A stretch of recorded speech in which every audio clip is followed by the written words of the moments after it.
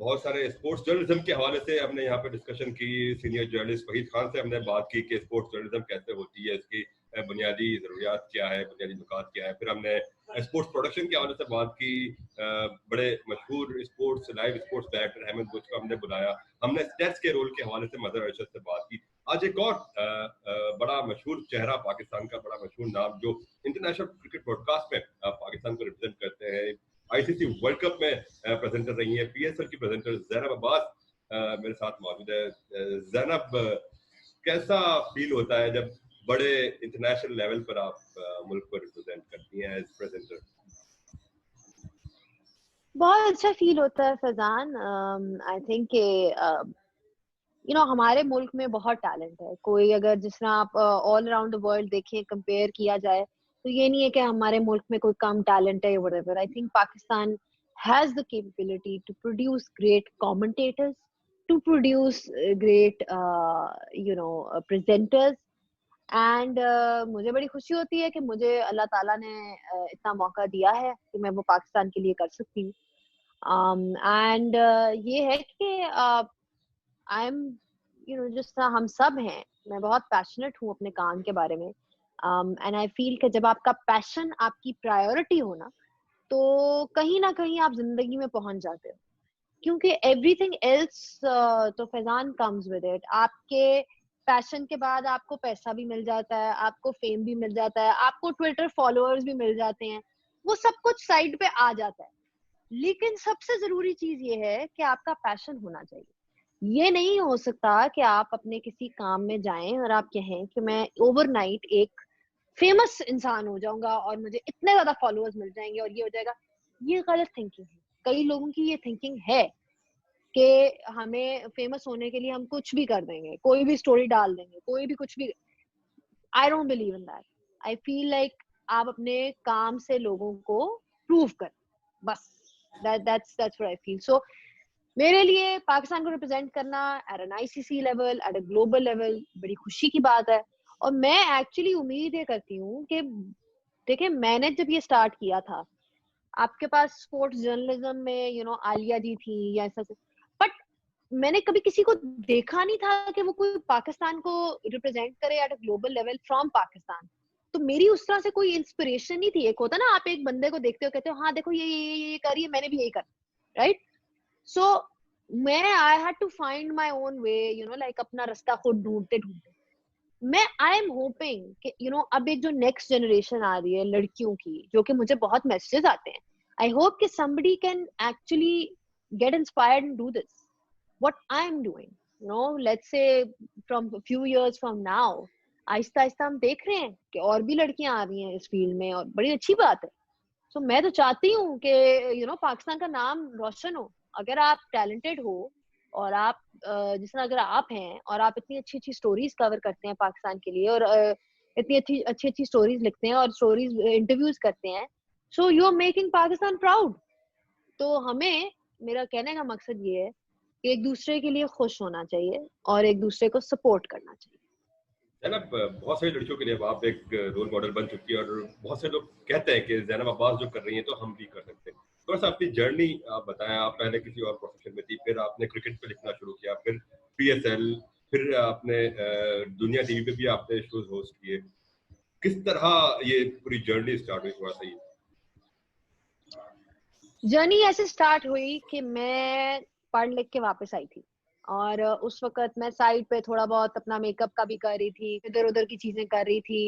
I was doing a few things, but मुझे cricket का बहुत शौक था। I mean like in the sense कि मैं खुद शायद एक फेल्ड क्रिकेटर हूँ घर पे। लाइक मुझे बिल्कुल वो नहीं था, लेकिन मुझे बातें करने का, और मतलब मैं अगर डाइनिंग रूम में कॉन्वर्सेशन हो रही है, कोई मेरे फादर बात कर रहे हैं या कोई बात कर रहे हैं, तो मैं अपनी इनपुट जरूर दूँ कि नहीं नहीं ये करना चाहिए, इसको ये करना चाहिए, इसको। लाइक मैं घर पे बैठ के एक ड्राइंग रूम एक्सपर्ट थी, अब शौक था कि बस मैं क्रिकेट के बारे में बात करूँ। तो शुरू में मैंने ESPN का एक ब्लॉग होता था, ठीक है, when I was 99 world cup की मैं बात कर रही हूँ। I was quite young, I was a teenager.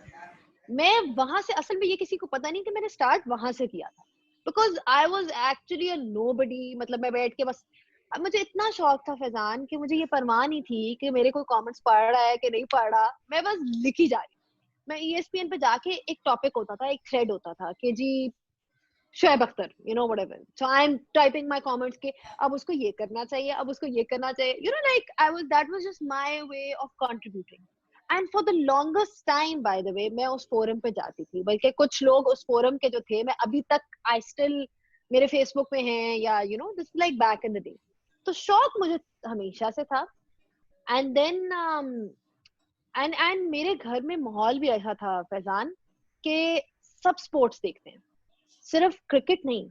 वो अनफॉर्चुनेट है कि हमारे पास और उस तरह से प्लेटफॉर्म्स नहीं है, मतलब प्रमोट करने के, या उतनी व्यूअरशिप उस तरह से नहीं है, ये डिक्लाइन आया बाकी स्पोर्ट्स में। लेकिन मेरे घर में टेनिस देखी जाती है रेगुलरली, मेरे घर में क्रिकेट देखी जाती है रेगुलरली, फुटबॉल भी चलती है। फुटबॉल आई बी ऑनेस्ट मैं इतना फॉलो नहीं करती, बड़े इवेंट्स को जो है मैं कवर करती हूँ, लाइक इन द सेंस कि कोई वर्ल्ड कप हो गया वगैरह, but it wasn't like my tennis, इस तरह मैं फिर भी देख लेती हूँ।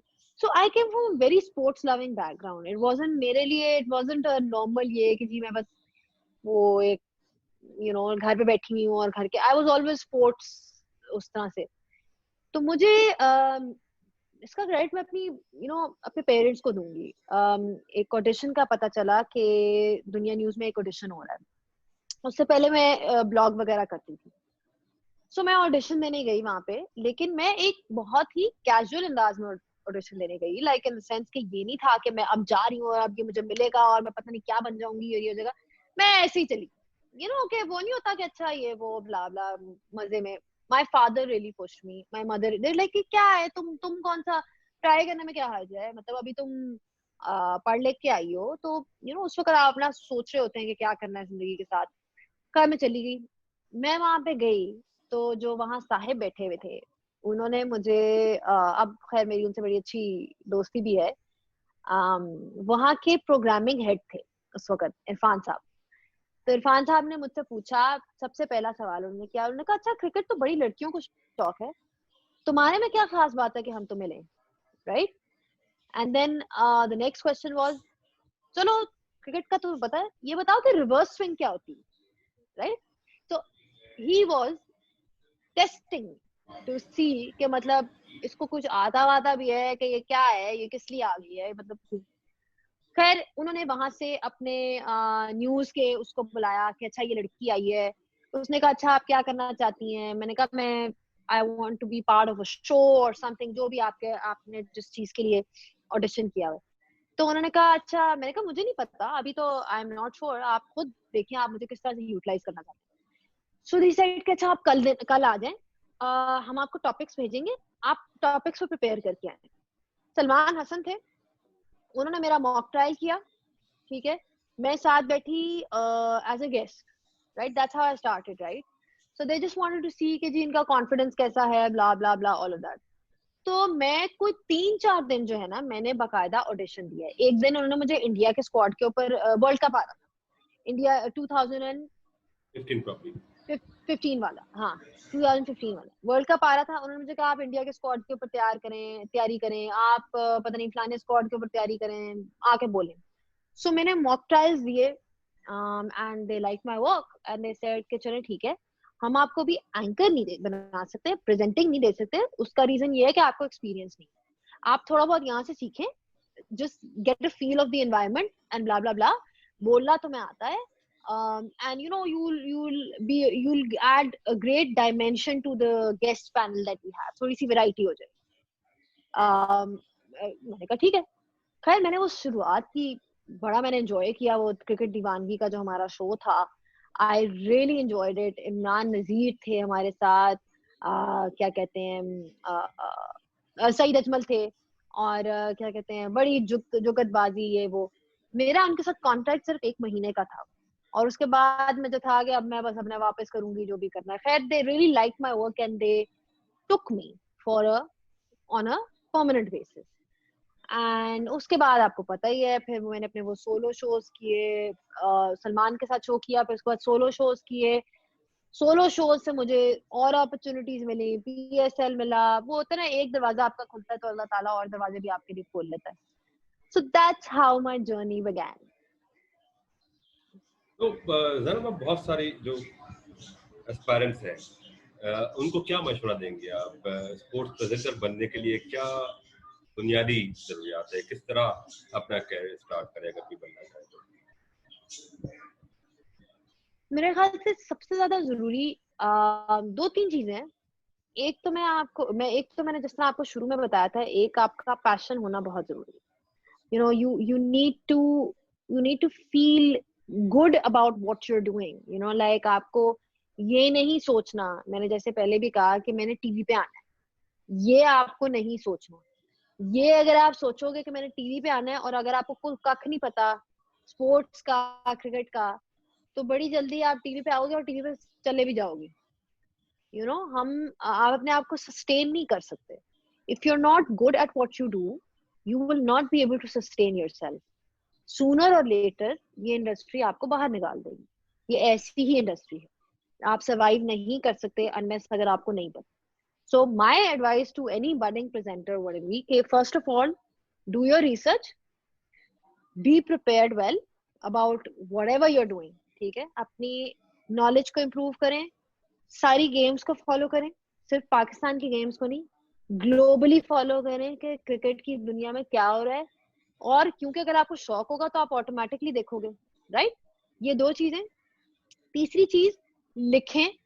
ठीक है, मैं शायद उतना लिखती नहीं हूँ जितना मुझे लिखना चाहिए। आई एग्री, मैंने लिखे थे आर्टिकल्स, मैंने डॉन में भी लिखे हैं ये वो, लेकिन उसके बाद मुझे टाइम नहीं मिला, मैं वीडियो इसमें चली गई, मतलब वीडियो प्रेजेंटिंग में चली गई, तो मेरा ध्यान सारा उधर चला गया।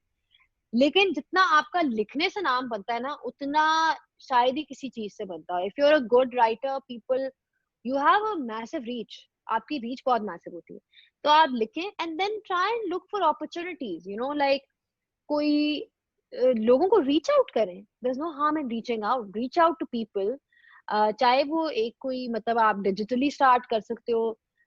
आई एम जस्ट सेइंग कि आपको जो अपॉर्चुनिटी मिलती है आप उसको लो, right? And prove yourself and keep at it. There's no such thing as giving up. अगर आप मेहनत करते रहोगे तो you will reach somewhere.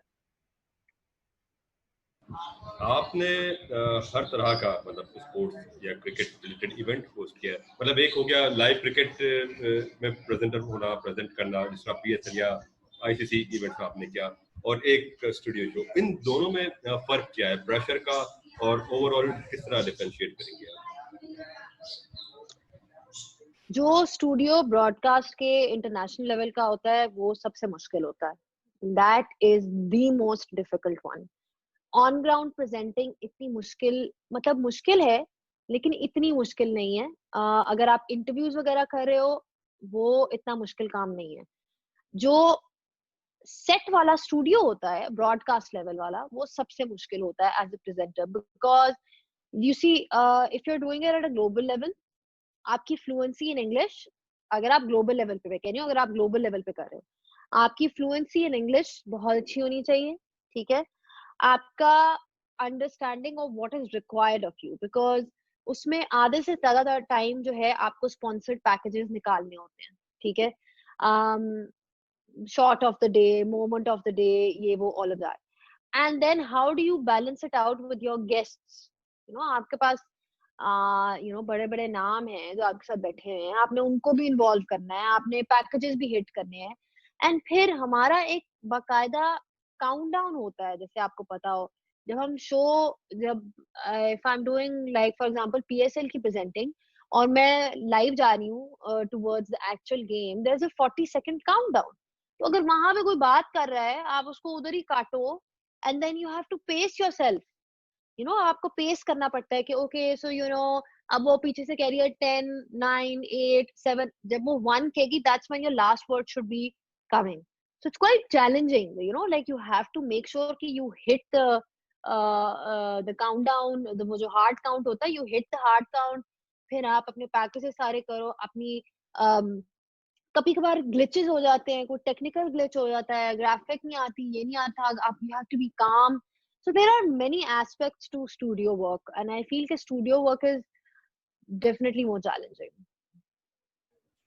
तो ज़ैनब, कभी कभार फैन मूवमेंट भी आ जाता है, हर किसी का होता है।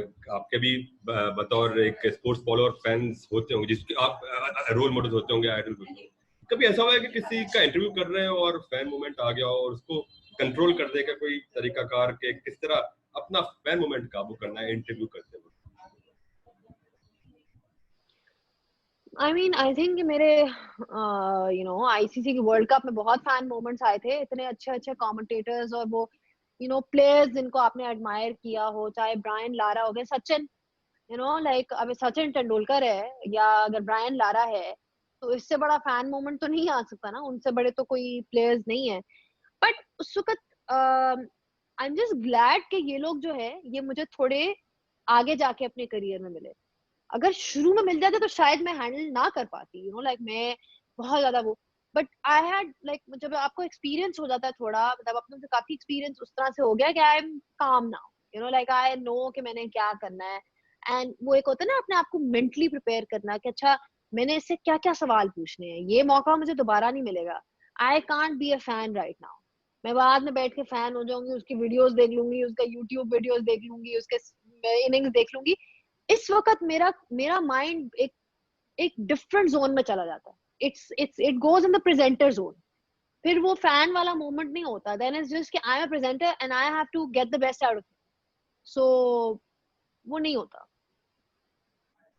बहुत बहुत शुक्रिया ज़ैनब, आपने वक्त दिया और अपना कैरियर और अपनी जर्नी डिस्कस की। यकीनी तौर पर जो एस्पायरेंट्स है जो आगे मुस्तकबिल में ज़ैनब अब्बास जैसा बनना चाहते हैं, वो ज़ैनब की जर्नी से ज़रूर कुछ सीख पाएंगे। और आई एम होपफुल और आई एम श्योर कि अगर कोई ज़ैनब से डायरेक्टली भी सीखना चाहता है तो उनको सोशल मीडिया पे भी और डायरेक्टली भी उनसे रब्ता कर सकता है। बहुत बहुत शुक्रिया Zainab Abbas, end of course keep doing the great work. Thanks for your time. Thank you so much, Faizan.